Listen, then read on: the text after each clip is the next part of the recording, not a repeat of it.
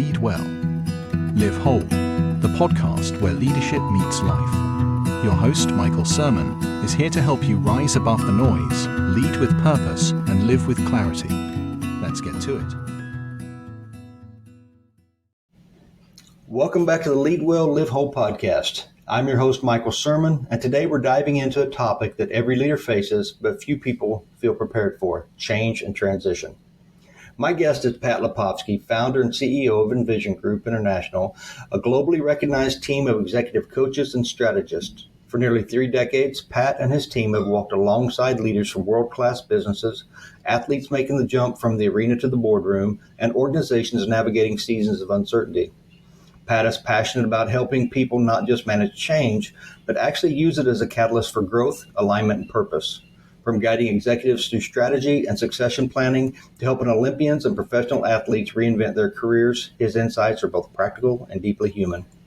Today, we'll explore what it takes to navigate change with confidence, how leaders can create clarity when everything feels uncertain, and why transitions, personal or organizational, can define moments of breakthrough. Let's dive in. Pat, I'm so excited to have you on the program today. Well, Michael, thanks for having me. It's a privilege, honestly. No, the privilege is mine. I've known you for several years, right? Energy Workforce, I think, is where we first connected, and I was impressed with you from day one. Your team, what you brought to the table, the approach to leadership, and just the training that you offered. So I've been looking forward to today because you pretty much live out every day the philosophies and principles that I try to espouse and that I try to live by. So I appreciate it in you, a kindred spirit. Well, and the compliment. I hope to resemble that anyhow. I learned a lot about you as I was studying your background to get ready for today's show. Right? Because I thought I knew you, but I really didn't. Because I knew you as a coach. I knew you as a teacher. I knew you as a leader. But you've got a unique journey, brother, right? BMX freestyle shows, stunt riding in the movie Rad, which now I'm going to go back and watch that again, to leading executives and athletes, right? So how has your own story of change shaped the way you coach people through theirs? Well, Michael, that's a good question because, everybody's had their own journey, and right. We unpack where people have come from, and they start to look at, some of the points of interest and points of prominence and where they've come from. It helps them better understand where they're going. And right. Thanks for bringing up the movie Rad because, I just turned 60, and that movie was filmed 1985, released on March 20th, 1986. Right. And, I got to look at that. Those are some of the best days of my life at the time. And moving forward, all the things that I learned from the sport, setting up a business, working in partnership with other people who are on the team and sponsors, and even some of the people who watched our shows over the years, you just get into that position where you've got an impact on other people, and that whole philosophy carried forward in life to where I'm at today. Right, and it shows. You live it out. And we were talking before the show about the focus and the intensity, and just how being open to opportunities, creative pathways that you've never thought you would see yourself walking down. Oh, yeah. There's and everybody's got their items of significance in their life where a door opens and either you choose to have a little courage and walk through it, or you let it pass you by and you might have regret. Right. Fear stops a lot of people, right? Larry Kerr and I, when we were talking about, when you do things outside of yourself, when you do react or respond in ways that you don't normally do, either by pushing out or pulling back, that a lot of that's fear and uncertainty. And I found myself in my life that there's every crossroads, you have to make a choice, right? I'm either going to stay where I'm at, or I'm going to take this opportunity.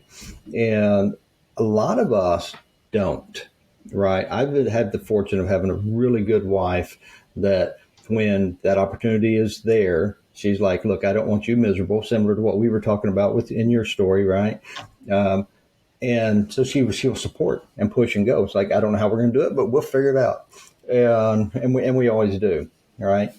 So you've been married 27 years now, right? Yes, 27. We were married January 3rd, 1998.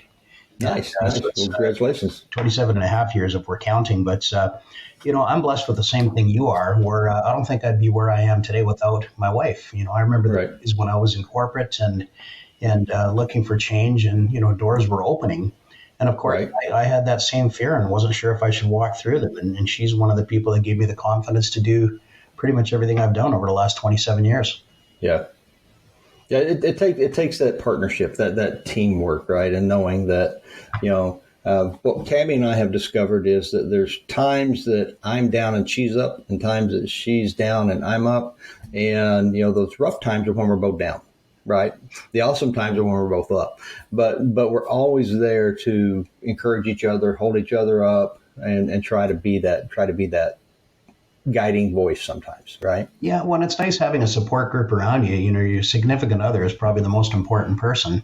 Right. And, I'm blessed to say that, during my life, I've really leaned on people who've been great support for me back in my BMX days. And I could name a bunch of guys that actually were just incredible that I'm still connected with today, right through my corporate life. And when I left the corporate world and hung my own shingle, there's many people who have supported me through different thick and thin, good and bad, you name it. Right. So one thing I've never heard you say is I did this, right? It's always a we. Yeah. Back in 1998, I founded the Envision group. I was actually still working in the corporate life and telecommunications at the time. But, again, I had an idea, and I was reading up on coaching and, mentoring, and I was practicing that in my corporate life. And the team I was leading at the time, I'd had the privilege of moving up in the company I was working for at the time. It was called Sprint Canada. Back in then, for the lease, there was a bunch of marketing that some timers like myself might remember. But my team was doing phenomenally well, and somebody from head office came out and they said, your team could be doing even better if you were harder on your team and fired your bottom performers. And that was the exact opposite of what I was practicing. Yeah. Yeah, that was, what was that?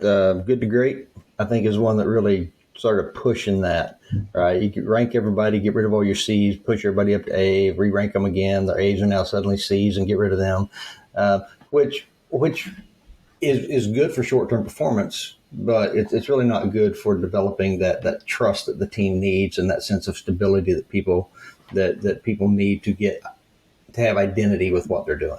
So, and Michael, I got to tell you, it's interesting that you bring that up because Jim Collins, in the book Good to Great, there's some incredible philosophies and great points to help any organization or leader move forward.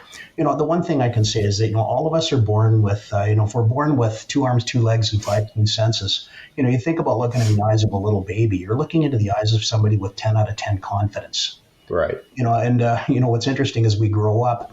There's one word with 2 letters in it that starts with N and finishes with O. Right. And for our safety and security, but it takes away the confidence of some of us, and we work the rest of our lives to bring it back. And what's interesting is you see leaders in life now, and this is something back from my early days in telecom. I wanted to take bottom performers and make them top performers. That was my ambition.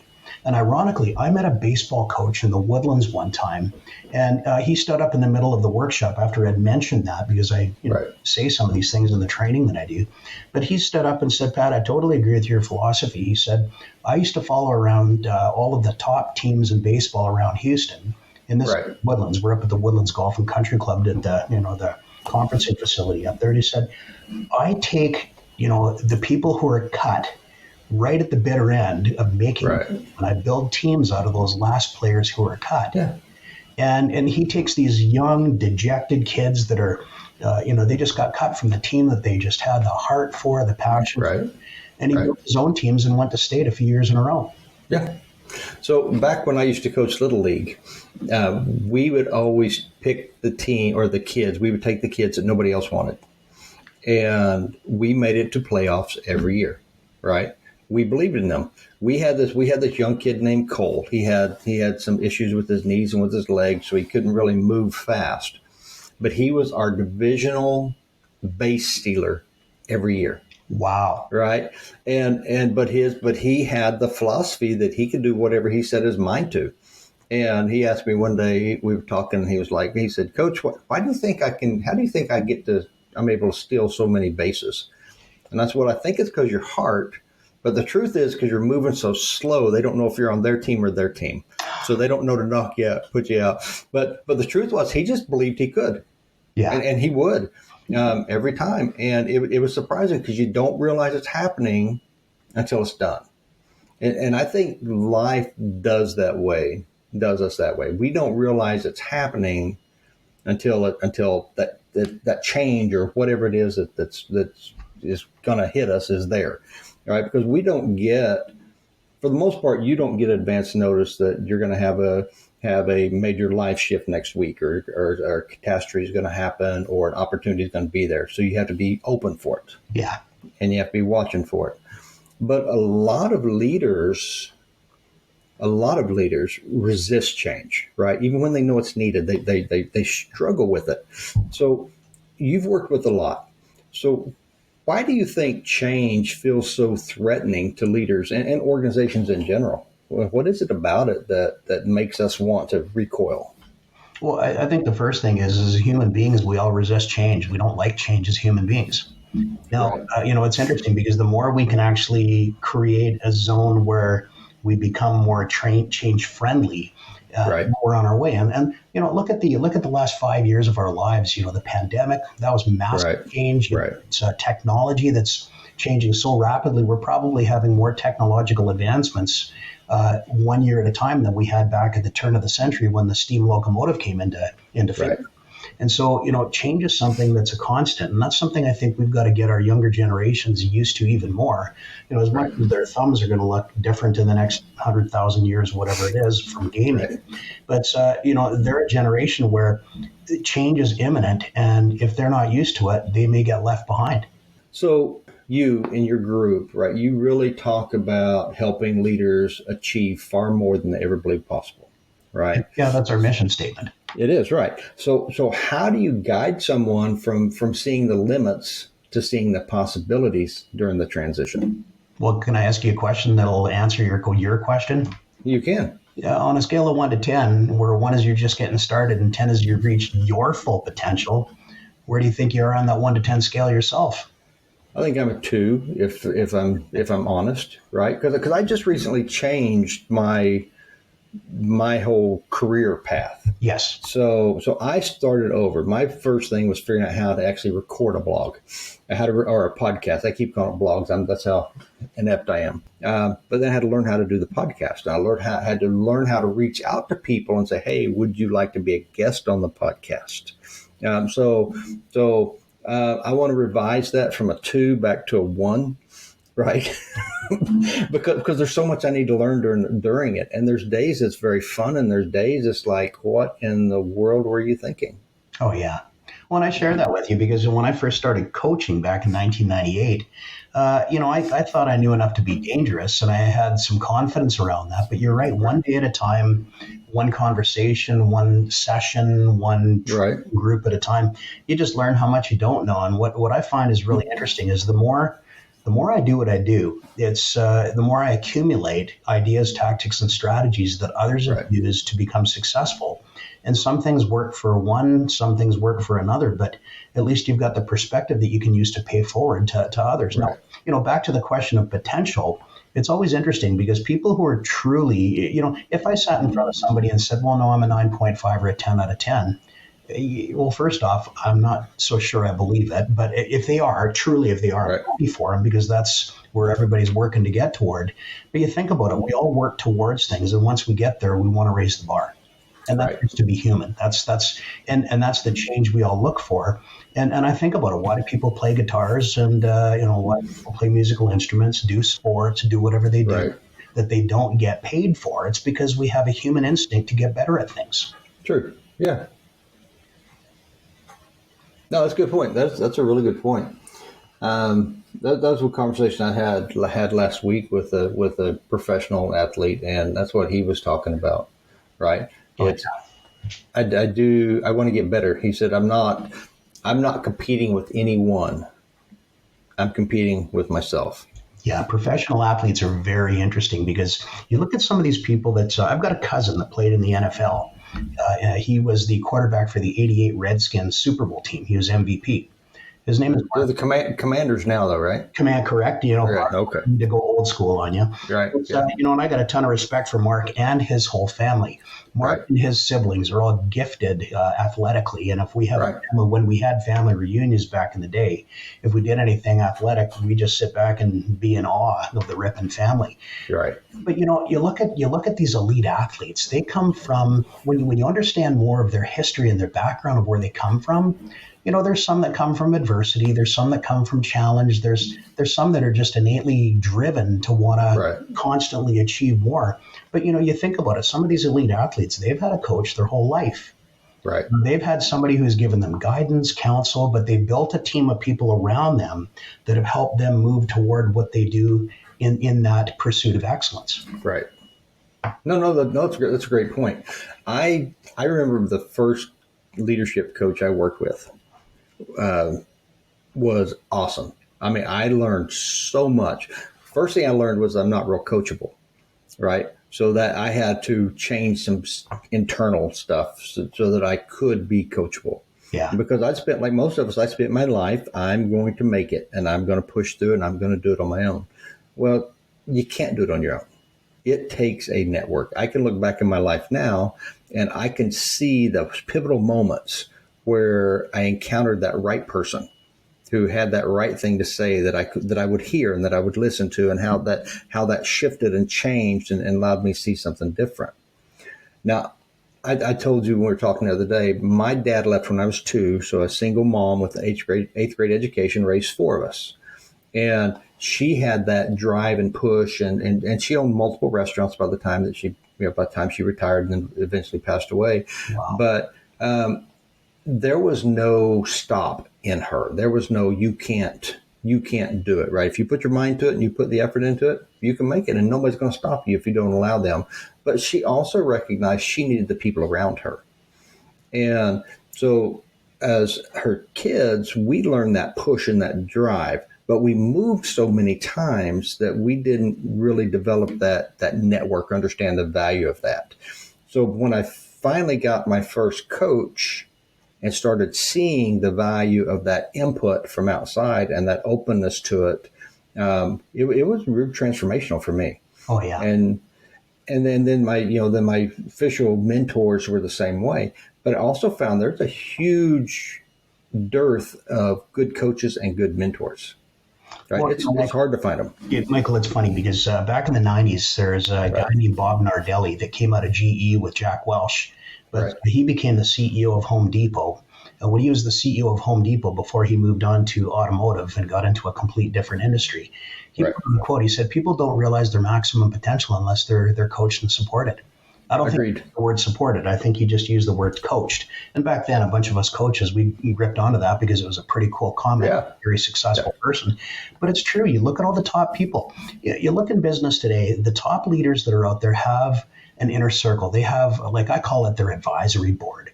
And they've got people that they turn to that help them through thick and thin, because if you think you can do it all on your own, I'm sorry, someone's going past you.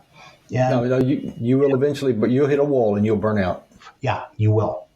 Yeah. And if you've got that support around you, if you've got advisors, if you've got people that, like I remember back to BMX for a second, because, it's an interesting thing. There's a gentleman by the name of Leon Ebright in Canada. And Leon came from Grand Junction, Colorado, and moved up to Canada for reasons of his own. But when he was up there one day, a bunch of us, my friends, we were out on just a dirt track, and we're building our first BMX track, because in Canada, we love to emulate the guys in California that were new to this sport called bicycle motocross. Right. And he pulled up at this, vacant lot that was just dirt, and we thought it might have been the owner, so we're ready to scoot and get out of there. But he called us over to his truck.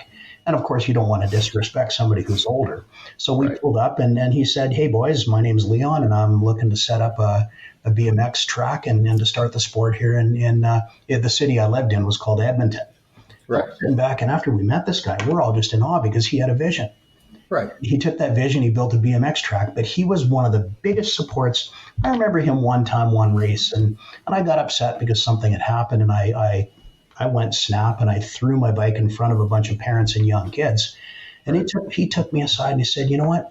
You don't do that." He said, "There's young kids out here that look up to you." He said, "When you get upset, you ride half a mile that way.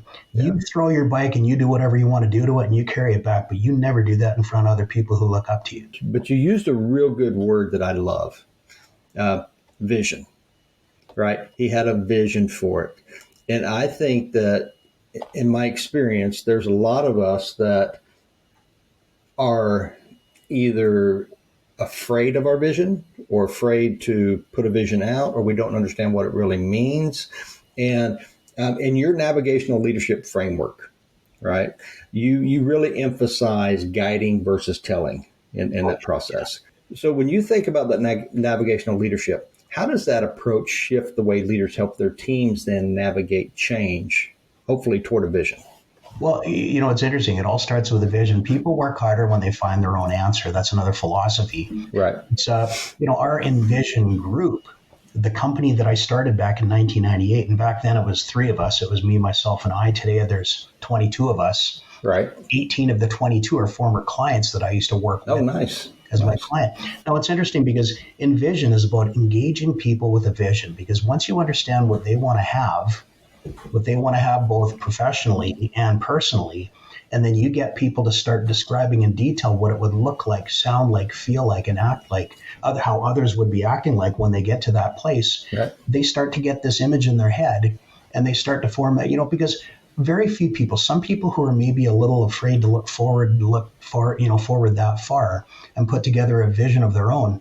When you make a safe, confidential place for them to start assembling something like that in their own minds, then where they're at right now, we have a vision model where the V of vision is you visualize where do you want to be and why. Yep. Okay. And, similar to if you looked at your favorite vacation destination in the world, and you told me what it would look like, sound like, feel like, and act like to be there, if we went on and you painted a picture for me, I'd probably want to go there. Right. Why can't we do that on our professional or even personal lives outside of vacation? So when you get somebody to paint that picture for you, they all of a sudden make a contract when they verbalize it between themselves and somebody else.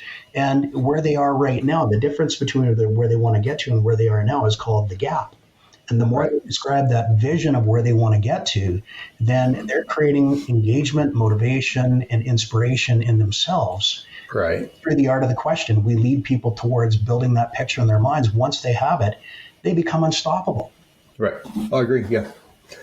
So a gentleman named Randall Moss, when we would take teams and start training them and start offering them opportunities for education, his big deal was get a picture of something you want, the house, the car, whatever. Right. The first person I saw doing that right back before Tony Robbins and all, started seeing all them. But it was put that up there so that you have that vision, that motivation in front of you. So when things are tough, because they're going to get tough, you still can move toward that. And I have found that the vision casting, and not vision selling, but vision casting, and getting people to see it, feel it, taste it, experience it, that they buy into it, and then their why becomes so big that it's that motivation they need to push them forward. Oh, yeah. And when you encourage somebody to sit in front of you and describe the future that hasn't happened yet, right, and then you ask them, why is that so important to you? Yeah. It creates an abundance and a motivation in somebody that they'll do 10 times what they ever thought. Now, back to elite athletes. Elite athletes are encouraged to do that from a very young age. And some do it instinctually because it's just who they are and how their DNA is programmed. But once you get somebody to really have that vision in mind, engagement is something that becomes theirs. They own it and want to get there. So I was telling you about Vin Johns, right? Professional bull rider. Yeah. And we talked about, people hitting snooze button, and I don't use an alarm clock. I wake up, I'd say I wake up at this time and I'll be up at that time. He used an alarm clock, and he said the first thing he encourages people he's coaching is don't hit your snooze button. And I said, so you're saying you never hit your snooze button? He said, no, I hit my snooze button every day. He said, it's set for 10 minutes. I spend 10 minutes every morning envisioning the bulls that I'm riding. He said, I'm riding the bulls through the process. Every morning I ride them. He said, and my body, my mind, everything goes through the emotions of riding that bull until, for that 10 minutes. And one of the things that he pushed was, like you were just talking about, the the power of visioning and seeing yourself there and understanding why you're doing it is huge. Yeah. So my wife and I, we talk about what we're going to accomplish this next year. And then what we start doing this year is we actually map it out, and it's on the wall. So when we go walk by it, past it, we see that, we're reminded of that vision and what those goals and what that is. And if we have to make a choice and it's this or this, well, which one's going to drive us toward that? Well, Michael, I'm very similar in my approach, because when I work with absolutely anybody as a coach, as a trainer, a lot of the training we do, we'll just give coaching away because it's fun. But if I was sitting coaching you right now, I'd get you to take out a blank piece of paper. I'd get you to draw a line straight down the center of the page, 2/3 of the way down, and then at the bottom of that, left to right. So you got an upside down T on your page, and you've separated your page into 3 sections. On the top right of the page, I get you to write the word have. And on the top left of the page, I get you to write the word be. Now, the have is a point form version of your vision. It's a version of what you really want to have to, be as close to 10 out of 10 in life, professionally and personally, as possible. And some guys will write things down like, I want a Harley Fat Boy one day. It's my favorite bike in the world. Right. And there's other things I want to have, but I also want to have closeness with my family, with my wife, with my kids. I want to have great friends that I support, that support me. Like, there's a lot of haves on there. And it's interesting when you get into a conversation about what people want to have, that's the starting point. But what's interesting is when you start working with people that are a little bit more mature in life, they don't start at the haves because they have most of what they want to have already. Right. They actually start on the be side, because if you put the word be and have together, what's that spell? Yeah, behavior. Yeah, and I put my pinky up to my mouth and look like Dr. I like that. But, when you look at the things you want to have, you look at the behaviors that are going to get you going there, and you're reverse engineering your vision. And once you start looking at the behaviors that are going to get you there relative to the things you want to have, clarity ensues, because the bottom section, so the be list, the have list, but the bottom is the do list. Once you know what you want to have and how you need to behave to have it, you just get clarity on what you need to do, and it works every single time. Right. So we actually went through that. My wife and I went through that process in January. So you've worked with the Olympians. In fact, I think you're still working with them, if I'm not mistaken, up in Canada. Yeah, actually, just one point on that. It's we're launching in the month of November up in Canada here. We're launching a program called Play to Lead, where we're taking our Leader as Coach program, we call it Engaging with Vision. And we're working with Hall of Famers that have made the Canadian Sports Hall of Fame coming out of the Olympics and out of elite sport. And we're training a bunch of the elite Olympians to take the program over and for them to deliver it. The intention of this program is to inject the elite athlete mindset into corporate Canada. Oh, nice. Yeah, and so far we're having great success with it. Yeah. There's a few Olympians we're working with in November. One is Cheryl. Cheryl is the head of the Canadian Sports Hall of Fame. Right. And she's actually, she was a curling champion, a gold medal champion. And that is the world's best sport, by the way. Yeah, it's pretty. I love curling. It's like playing darts with great big huge heavy rocks. But I know. Yeah. So Cheryl, she's an individual who, she's a visionary as well. And she sat back and she heard the idea of injecting the elite athlete mindset into corporate Canada.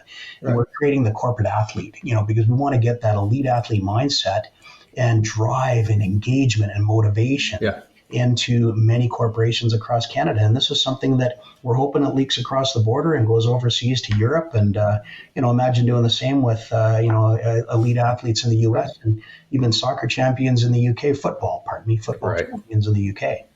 and within the European nations. No, I'm with you. I'm a Wrexham fan and I'm a Cardiff fan. So yeah, I follow football. Right. Oh yeah. Yeah.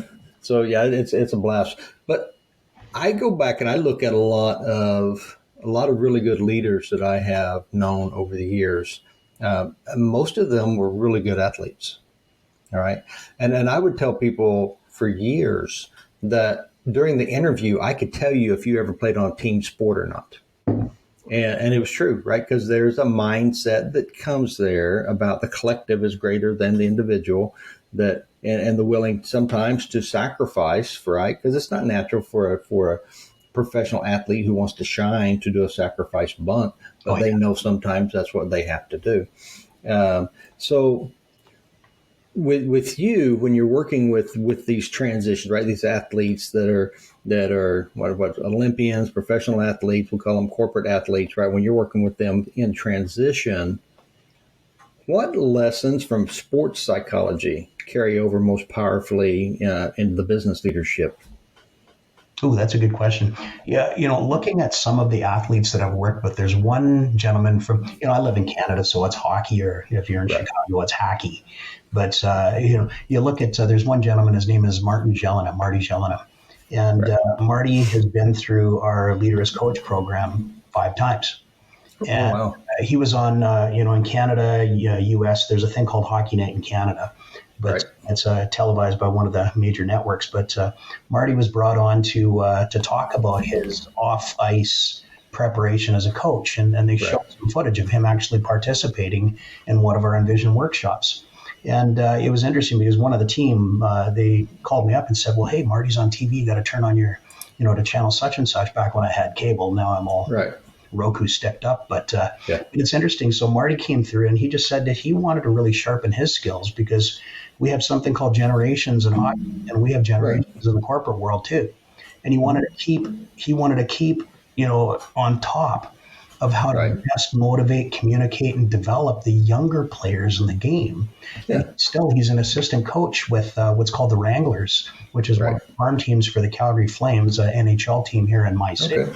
But, professional coaches and athletes, they're looking to develop themselves. But one of the things, and pardon me to go on so long with this point, but one of the things Marty takes part, as many other athletes do in our training as Olympians, is leading isn't telling people what to do. Leading is getting people to come up with their own answer. Yes. If we lead through the art of the question, we actually get engagement out of people because people work harder when they put their own answer, as we mentioned before. Right. No, that's a great point. And I think when you look at leadership, my experience with leadership anyway, right? Understanding what the end zone looks like, understand what the rules of engagement are. Yeah. And then my job was to keep you focused on what that end zone looks like and then removing any obstacles, right? Yeah. My job was to be your blocker. And I think that a lot of coaches, a lot of younger leaders, especially, they forget that. And it causes some transition and some challenge and some struggle. And then when they move to a new role, it's like everything they learned, is gone, because what got you here won't get you there. Yeah. Right. So you have to learn something new, which means that there's some identity loss during those transitions. Right. And we try to rely on what we used to do, which when we were younger, it was kind of bully everybody and doing what we wanted. And then we've learned as we begin to understand human dynamics. But when a career role or a stage ends and people want to hang on to that, how do you help people understand or transition from I want to hang on to what was here so that I'm free to grab a hold of what's here? Does that make sense? Yeah, how do you get people to want to change is another way of saying the same thing. Yeah. Well, you can't make them. You can only create an environment where they want to. And so, again, it's back to the vision. If people really want to get someplace, and here's something too, you and I can't tell people what to do, because do you like being told what to do all day? I'm pretty stubborn. Yeah, me too. And matter of fact, my whole family's been trained to be stubborn, which is probably one of our biggest traits that has helped us, but also one of our biggest limiting factors. So if you tell people what to do all the time, Gallup did a survey years ago, and I think they refresh it every single year. But if you tell people what to do, you get a 33% engagement factor or less. Right. Now, if you get people to come up with their own answer, the engagement factor goes from 67% or greater. And so, there's a guy who wrote a very under-promoted book, but his name is Bob Tiede. I shouldn't say under-promoted because I think it's one of the best books I've ever read. It's called Great Leaders Ask Questions.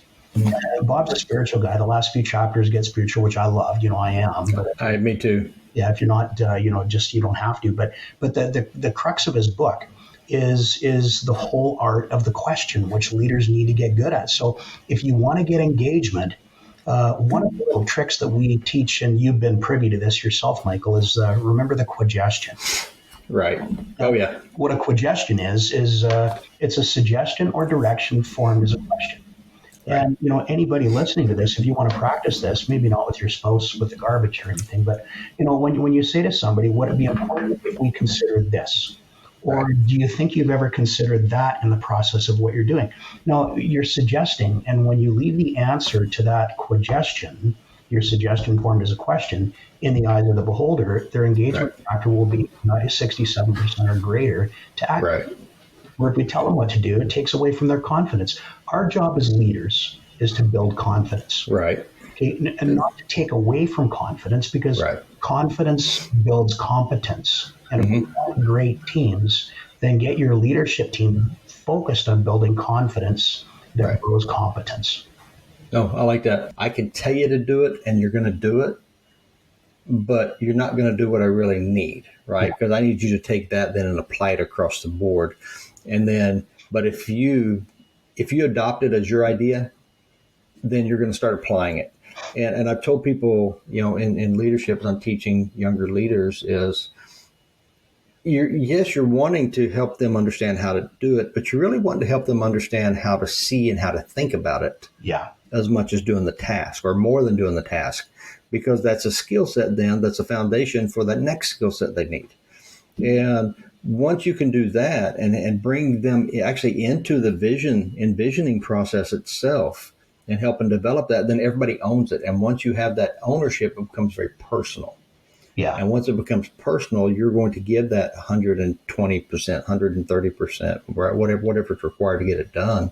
And I've seen teams do that very successfully, and I've seen teams that did it on paper but never actually got it applied. And the difference between the two teams was just tremendous. Oh, yeah. Right? And you've seen that yourself, right? Oh, 100%. Yeah. And I've seen that many times. And the difference between a good team versus a great team, the great teams are actually run by people that draw on building the confidence of their members. And again, looking back at my time in telecom, I wasn't the best leader back when I was in telecommunications, but I was learning. And the team was 268% to plan. Right. And, it was a pretty decent year that we were building. And when somebody came to me to tell me to be harder on my team and fire more of my bottom performers, in my heart, I just knew that would take away from the results that we were actually achieving. But that was the impetus to say, I got to take my show on the road and go out and do my own thing. Right. So you brought up Jack Welch earlier, and one of the things I loved about him, he was pretty hard, right? He's a very bottom line guy, but my takeaway from him was, if someone doesn't buy into your vision, that's the person you get rid of, right?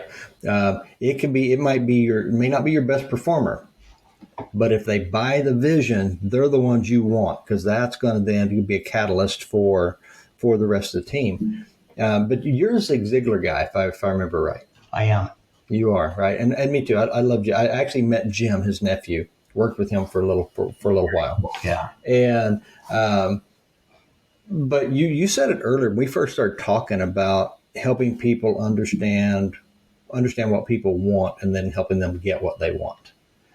And I think that takes that battle off the table. Well, yeah, it does, because as soon as you have that concept between you and another person, they know you've got their back, and they'll work 10 times harder for you or for the cause. Right. You know, though, in my experience, one of the biggest areas that I've seen I've had the most challenges with leadership groups and even myself at times is really in one, strategy alignment, but succession planning, right? I don't think we understand, either as families or in the workplace or whatever, the value of that succession, right? Understanding the vision that you're setting is not a vision for today. It's a vision for, in a company, 5, 10 years down, 30 years down the road where you want to go. And families are the same way.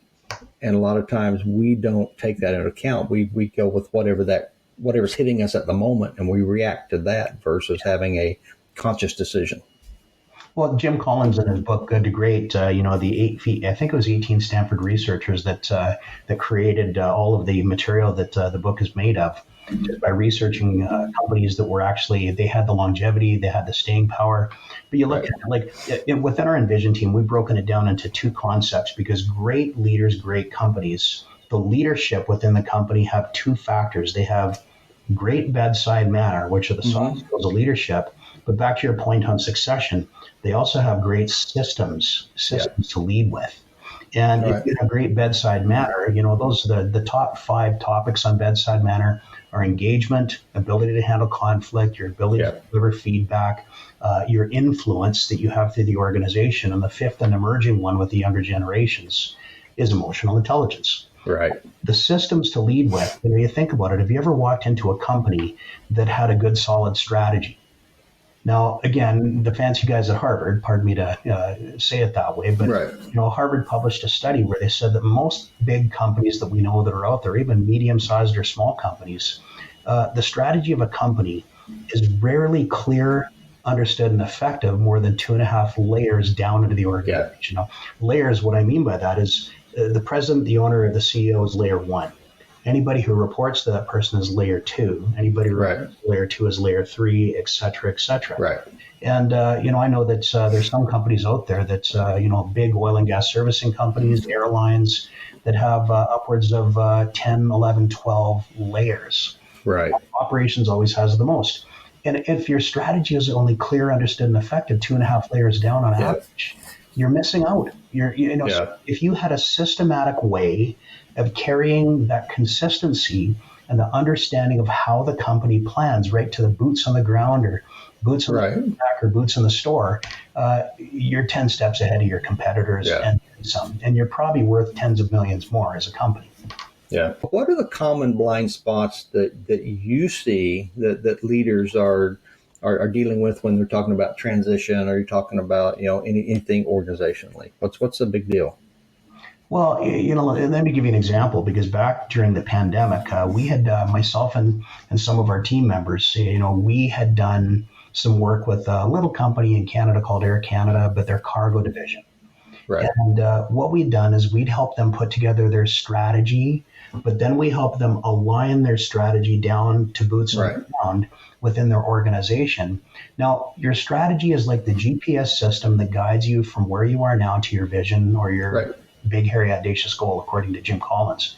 Now, your playbook is the operator manual for the area of the organization that you run in getting towards the vision of the mission and following the strategy. Your playbook is the operator's manual for what it is that you and your team do in your area. And, everybody's strategic goals need to marry up with the mothership and the organization above them hierarchically. But when you have the playbook defined, the playbook is the system that you use to succeed in your area of the business.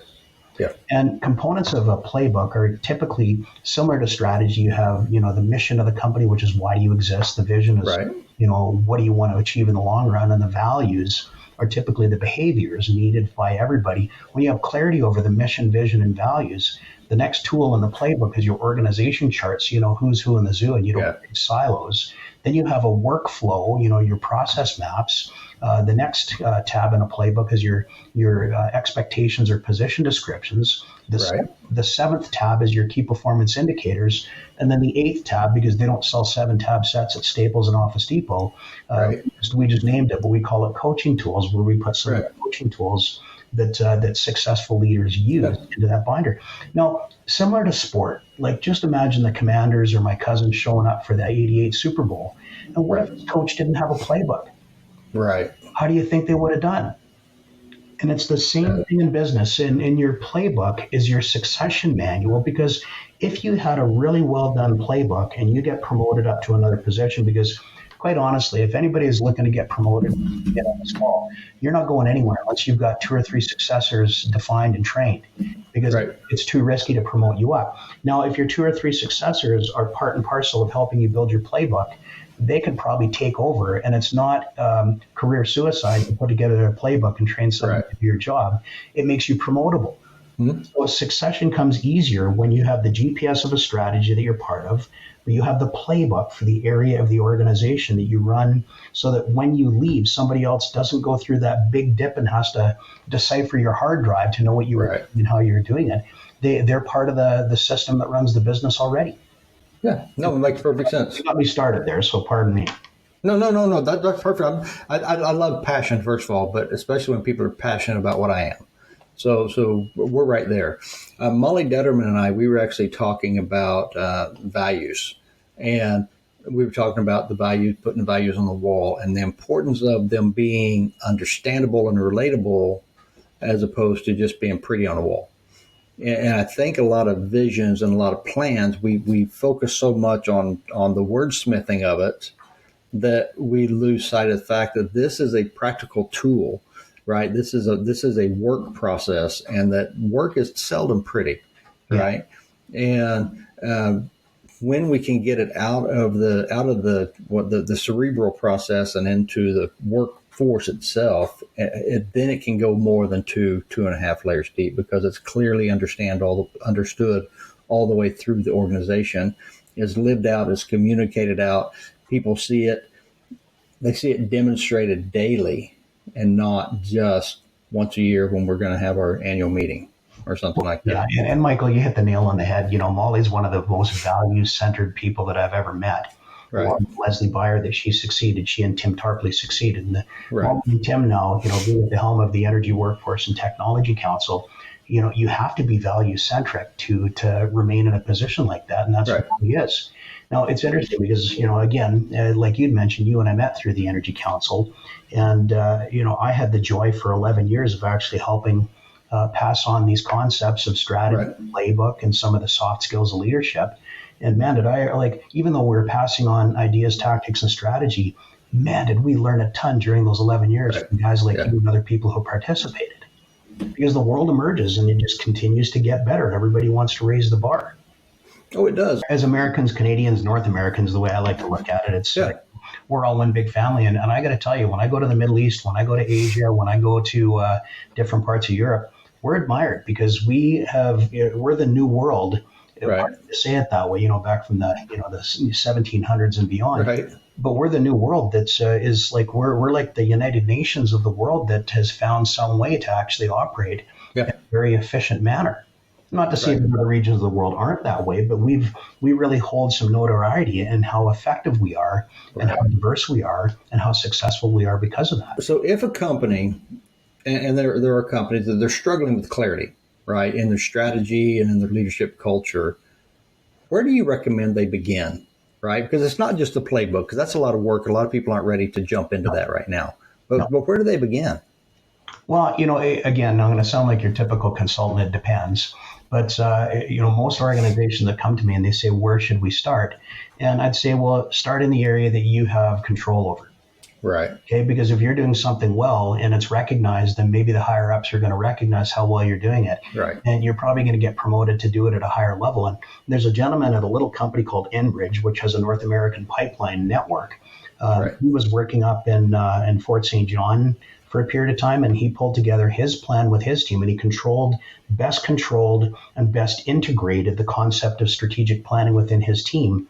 And he achieved, everybody being part of the answer is going to, people work harder when they're part of the answer. So he had success there, went down to Nashville and pulled together some of the collectors and came back to Calgary and worked with the Alliance Pipeline and pulled his teams together to all be sharing and part of the answer and created that engagement. And now I think Mike I know he's a VP now, and he's got 4 different pipeline or more groups. He's looking after more groups, but he's taken the core philosophy strategy and he's slowly expanding it out. So he has a common language of how we plan. And their senior leadership has a common methodology in how they plan. So he's adopted their philosophies because you don't want to negate the people above you. That's called a CLM or a career limiting move. Right. But, you got to make sure that you're keeping the language of the upper leadership group.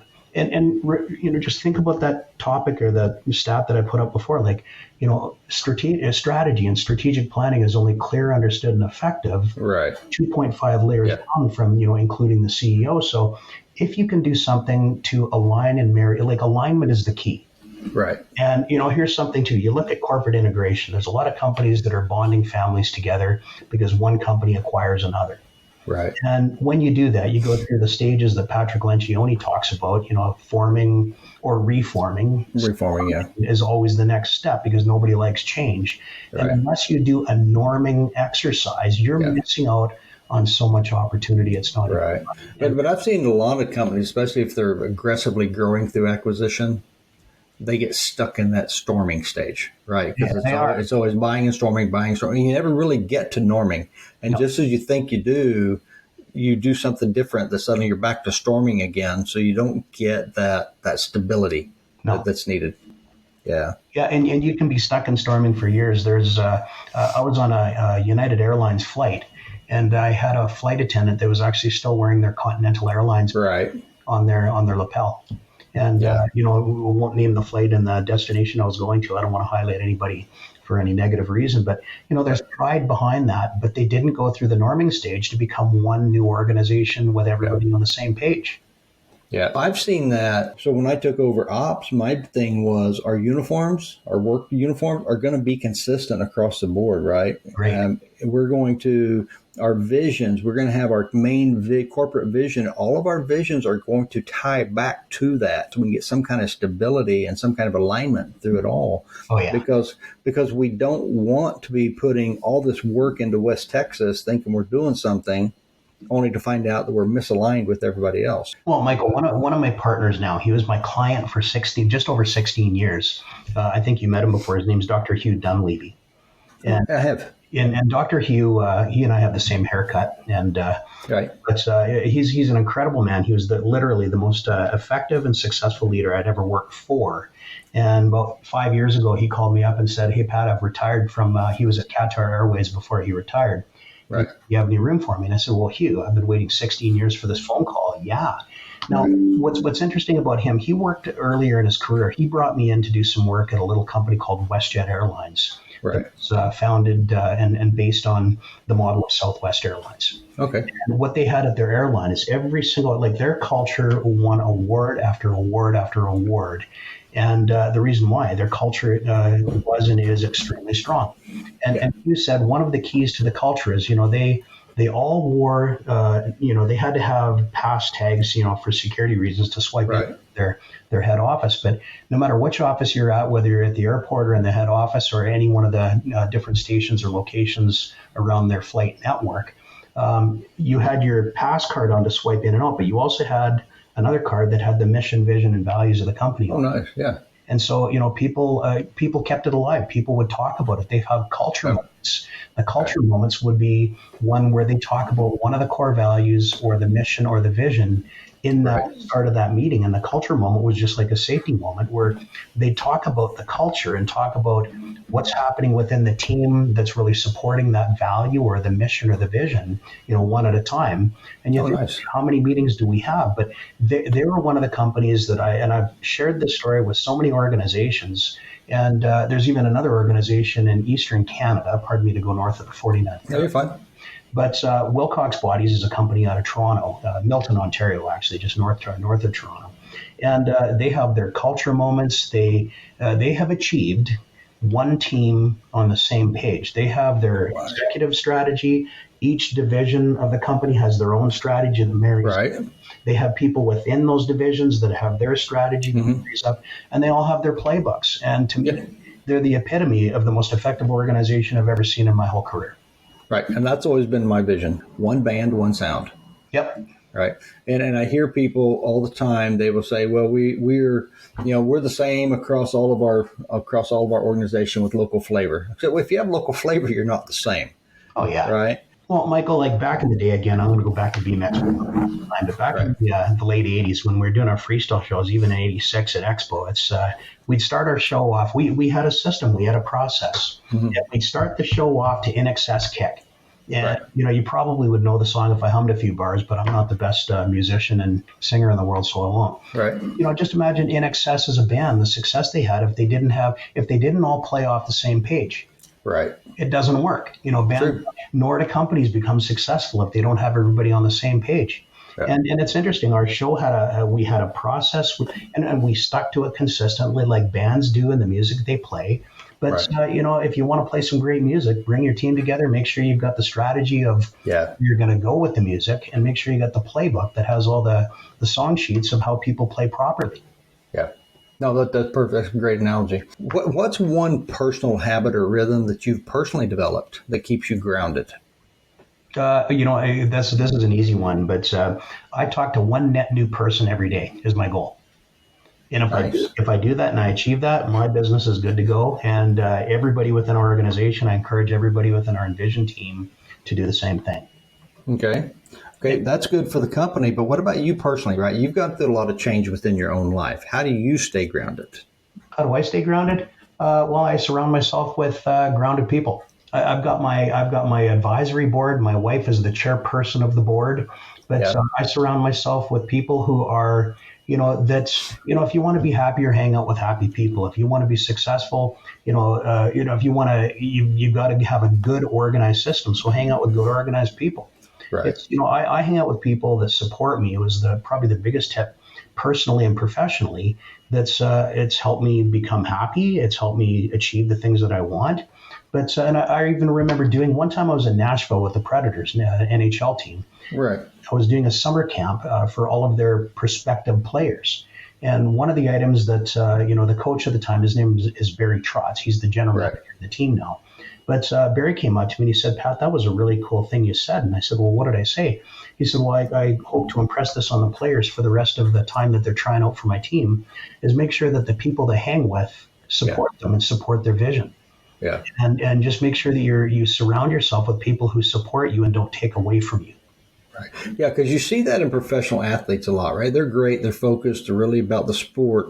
Then they allow themselves to hang around people, their friends, their buddies, the people they're going to kick with that are not as focused. Well, especially as you start to move your career forward and you start to go to higher levels. Yeah.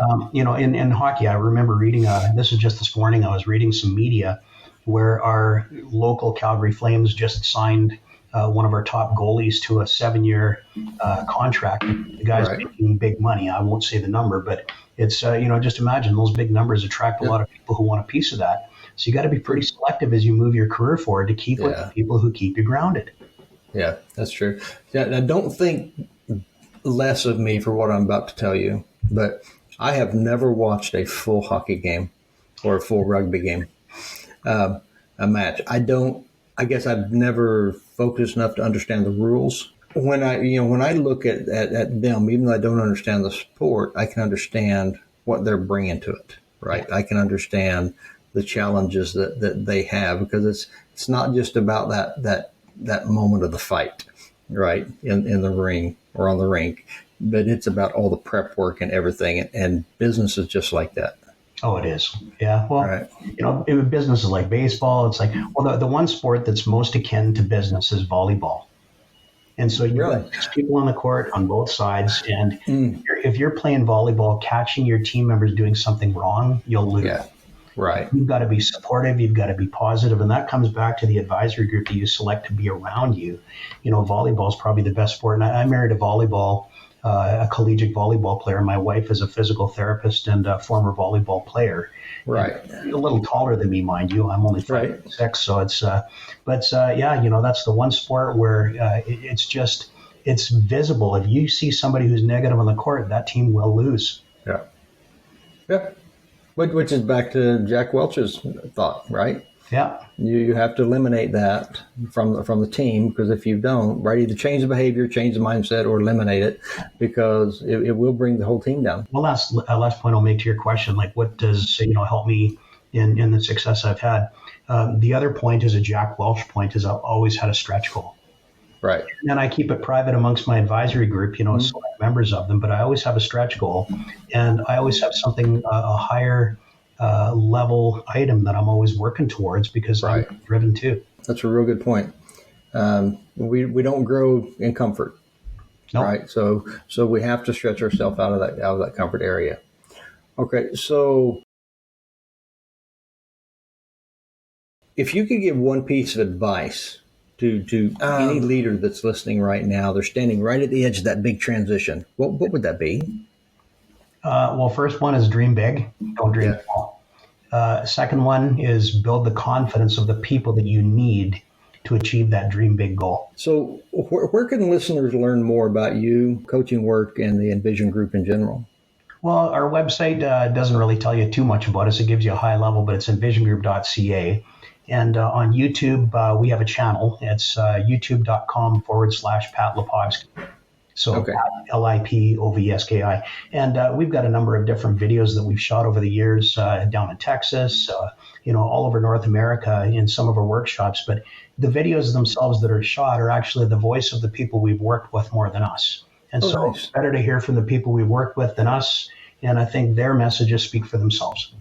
Okay, yeah. See, I didn't know about the YouTube channel. I'm gonna check that out. What change in your own life are you most excited about stepping into right now? Because you're entering 60. You're 60 now, right? You're entering into that next season. So what big change are you excited about? Well, what I'm excited about is we're starting to develop succession within our own Envision team.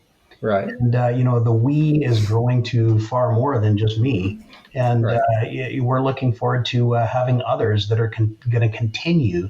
On the athlete side, of course, this play to lead is taking our Envision content and having other former elite athletes deliver. So that's part of succession there. The other part of succession is having others that are going to carry the Envision brand forward long after I decide to skate off into the sunset. And I think I still got a good 10 years left in me.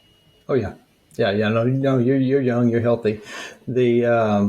I think, one of the challenges we would always give to leaders in the church and to our church members was, extend your prayers beyond me and my three. And I think that's what you all are doing at Envision Group, right? It's not just about you. It's not just about your small core. It's about what does that next generation look like? What does that look like beyond there? But not growth for growth's sake, right? Because you exist to help people be successful, help them to be whole, help them to be balanced. And I appreciate that in you. I did from the first time we met. So thank you for that. It's interesting because our Envision team, we're 22 wide right now. We're going to grow before Christmas. We'll be even more. Right. But quite honestly, we've become a heck of a retirement haven because people that are leaving their leadership and executive roles that like what we did for them are joining us. And we've got another guy coming and joining us here in the next few months. He's an SVP with a very large notable corporation in Canada. And he likes what we do, and he wants to use this as a vehicle to give back to others the same way we are. So that's we've grown. We're acquiring as people retire, and it's the pay it forward, just like that movie Pay It Forward with Joel Haley Osment.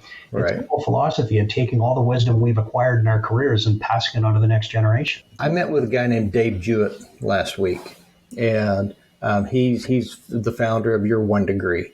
And we were breaking out his chart for the different seasons of your life. And really, at our season, it is about taking now what you've learned and then paying that back. All right, Pat, anything that we didn't talk about that you would like to cover? You know what? I think we've covered everything. If I've made you happy with answering your questions, I think we've accomplished all that we need to do for now.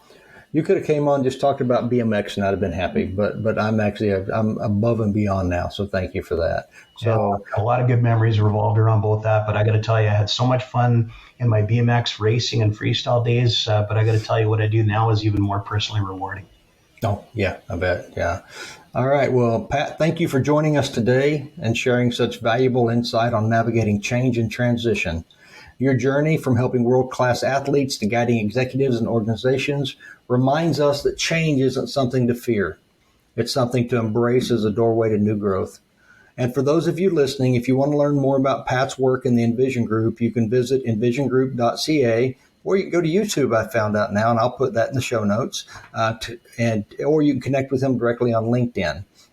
So I'll put all of that in the show notes. As always, thank you for turning in to Lead Well, Live Whole podcast. And if today's conversation encouraged you or gave you something practical to take back to your leadership, I'd love for you to subscribe, leave a review, and share this episode with someone navigating transition in their own life. And remember, leading well begins with living whole. So until next time, keep leading with clarity, courage, and conviction. Thanks for joining us on Lead Well, Live Whole. If this added value to your journey, share it with a friend and subscribe. Until next time, lead those you serve well and live your life whole.